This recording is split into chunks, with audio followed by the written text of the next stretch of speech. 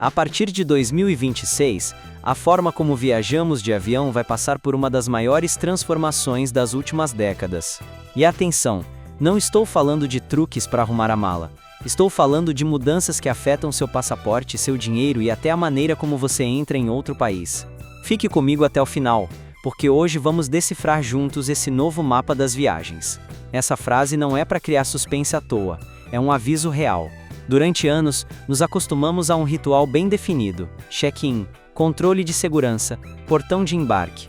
Mas a tecnologia e as novas exigências globais de segurança estão redesenhando completamente esse caminho. Imagine que as estradas que sempre usamos fossem substituídas por novas rodovias digitais, com pedágios e regras de circulação totalmente inéditas. As estratégias que funcionaram por décadas, como chegar 2 horas antes do voo, simplesmente não vão mais ser suficientes. E esqueça também os conselhos de viagem clássicos que a gente vê por aí, como enrolar as roupas para ganhar espaço. A mudança é muito mais profunda. Ela afeta o próprio sistema, a engrenagem que faz o mundo das viagens funcionar.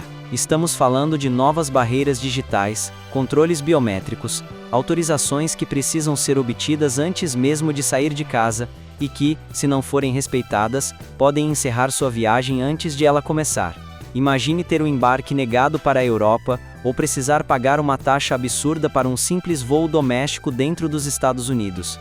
Essa é a nova realidade que entra em vigor em 2026, e quem não estiver preparado vai aprender da pior forma. Então vamos começar a montar esse quebra-cabeça a partir de 2 destinos entre os mais populares para os viajantes brasileiros: os Estados Unidos e o Reino Unido.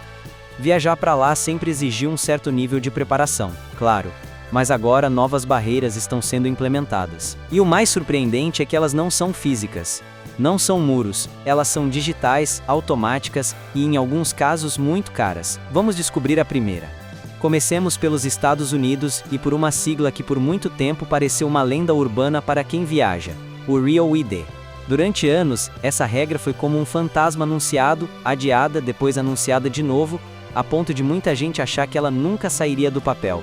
A ideia era simples: criar um padrão nacional para documentos de identidade e reforçar a segurança dos voos domésticos. Mas a entrada em vigor foi empurrada para frente por quase 10 anos, e durante todo esse período, existia uma certa tolerância. Se alguém chegasse ao controle sem um documento compatível, um agente fazia uma verificação manual adicional e, na maioria das vezes, liberava a passagem. Pois bem, essa tolerância acabou. A partir de agora, se por exemplo um turista brasileiro pegando um voo doméstico de Orlando para Nova York chegar ao controle sem um documento aceito como um passaporte válido, é melhor preparar o bolso. Existe uma taxa oficial não reembolsável, de cerca de $50 por pessoa. A justificativa oficial é que esse valor cobre os custos de uma verificação de segurança adicional. Mas sejamos sinceros, na prática isso funciona como uma multa por não ter o documento correto. É um valor cobrado simplesmente para ter o direito de passar pelo controle. E aqui chegamos à parte mais absurda e mais frustrante dessa nova regra. Dá para pensar, tudo bem, é caro, mas eu pago a taxa e o problema está resolvido, certo? Pagar os $50 só te dá uma autorização temporária válida por poucos dias. Imagine a situação: alguém está em Las Vegas, paga a taxa para pegar um voo até Los Angeles, curte a Califórnia por uma semana e, na hora de embarcar para voltar, descobre que a autorização temporária já expirou. Resultado: a pessoa é obrigada a pagar a taxa de novo. É um verdadeiro ciclo vicioso, feito para pegar quem se distrai. Parece até piada de mau gosto, mas não é. Felizmente, para evitar toda essa dor de cabeça e esse gasto absurdo, a solução é surpreendentemente simples, mas exige uma mudança de hábito. A regra de ouro agora é a seguinte: para qualquer voo dentro dos Estados Unidos, mesmo um trajeto de 40 minutos, é obrigatório ter sempre um passaporte válido com você. Sim, parece estranho viajar com passaporte em voo doméstico, mas ele funciona como um coringa. Ao apresentar o passaporte, você escapa completamente desse sistema de verificação e cobrança. É o documento universal que permite evitar essa armadilha. Agora, vamos atravessar o Atlântico. Se o destino for o Reino Unido, seja Londres, a Escócia ou a Irlanda do Norte, as regras também mudaram. E a palavra-chave aqui é automação. O país agora exige uma autorização eletrônica de viagem, conhecida como ETA, vinculada digitalmente ao passaporte. A partir de 2026, O sistema é totalmente automatizado e, portanto, completamente inflexível.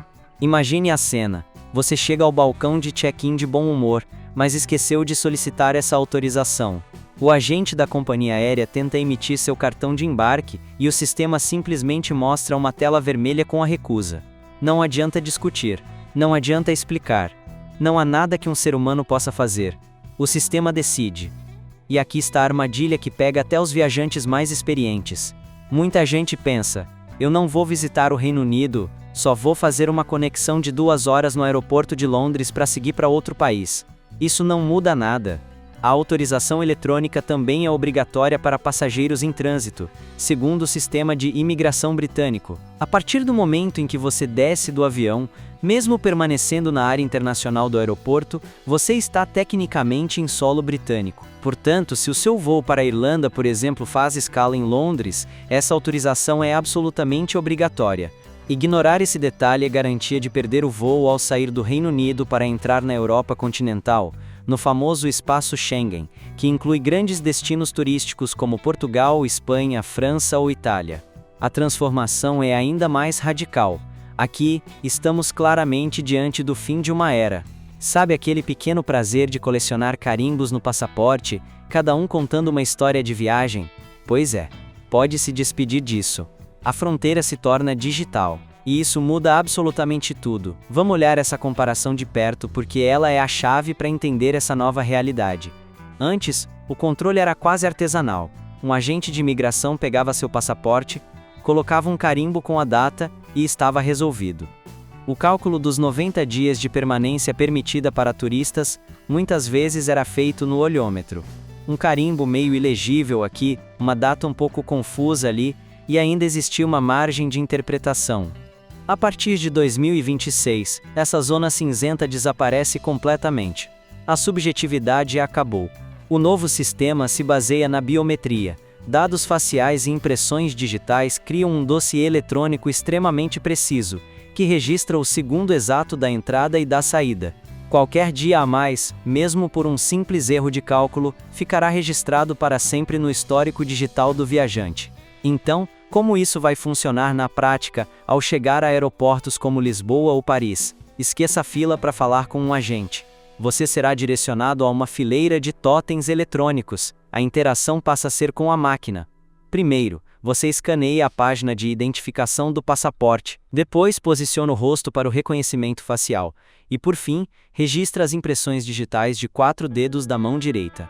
O sistema cruza todas as informações e valida a entrada. Pronto, sua entrada fica registrada. Parece simples, mas para viajantes mais velhos ou menos familiarizados com tecnologia, esses totens podem ser confusos. O melhor conselho é manter a calma, observar como os outros fazem e não hesitar em pedir ajuda a um funcionário do aeroporto se tiver dificuldade. E com essa fronteira digital chega também a maior fonte de confusão e desinformação sobre viagens dos últimos tempos, o famoso ETIAS.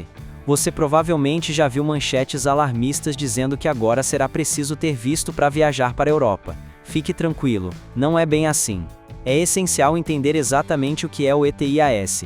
Isso não é um visto. Funciona mais como uma autorização eletrônica, uma espécie de pré-cadastro que viajantes de países isentos de visto, como o Brasil, terão que fazer online antes de embarcar. E aqui está a informação mais importante para organizar sua viagem, então preste muita atenção. Para viagens previstas bem no começo de 2026, o ETIAS ainda não será obrigatório para brasileiros. Repito, se a sua partida for em janeiro, fevereiro ou março de 2026, você pode ficar tranquilo quanto a isso. A implementação está prevista mais para o meio ou para o fim do ano. E também há uma boa notícia da qual se fala pouco. Quando o sistema entrar em vigor, pessoas com mais de 70 anos serão isentas da taxa de solicitação. O formulário online continuará sendo obrigatório para todos, mas o pagamento não será exigido dos viajantes mais idosos. Sim, é muita informação, eu sei, e a realidade é que o mundo das viagens está em constante mudança. Uma regra válida hoje pode deixar de valer amanhã. A melhor forma de evitar que uma viagem dos sonhos vire um pesadelo burocrático é se manter bem informado. É exatamente para isso que este Guia do Viajante existe. Se você quer estar sempre um passo à frente e receber essas atualizações cruciais assim que elas surgem, considere se inscrever no canal e ativar as notificações. E se você conhece um amigo ou alguém próximo que ama viajar, faça um favor e compartilhe esta análise. Essa informação pode literalmente salvar uma viagem. Agora que já passamos pelos grandes impactos nas fronteiras, vamos mergulhar em outro tipo de perigo: as armadilhas silenciosas. São aquelas pequenas regras que mudam sem fazer barulho, não viram manchete, mas podem causar um caos monumental no meio do aeroporto. Detalhes capazes de pegar qualquer pessoa completamente desprevenida. Vamos ver quais são. Aqui vai uma lista rápida dessas grandes pequenas armadilhas. Primeiro, o famoso truque do travesseiro recheado com roupas para driblar o limite de bagagem. Esqueça isso. Os novos scanners de raio-x 3D nos aeroportos são tão avançados que conseguem ver exatamente o que há dentro. E as companhias aéreas agora recusam esse tipo de artimanha. Em seguida, o limite relacionado às baterias de equipamentos de mobilidade, um ponto que vamos detalhar logo mais. E também uma confusão muito comum: vistos para cruzeiros que fazem escala na França. Para algumas nacionalidades, mesmo que o passageiro não desça do navio, o visto continua sendo obrigatório. E por fim, o fim dos assentos livres em algumas companhias low cost, que agora tornam a escolha do assento obrigatória, e paga já no momento do check-in.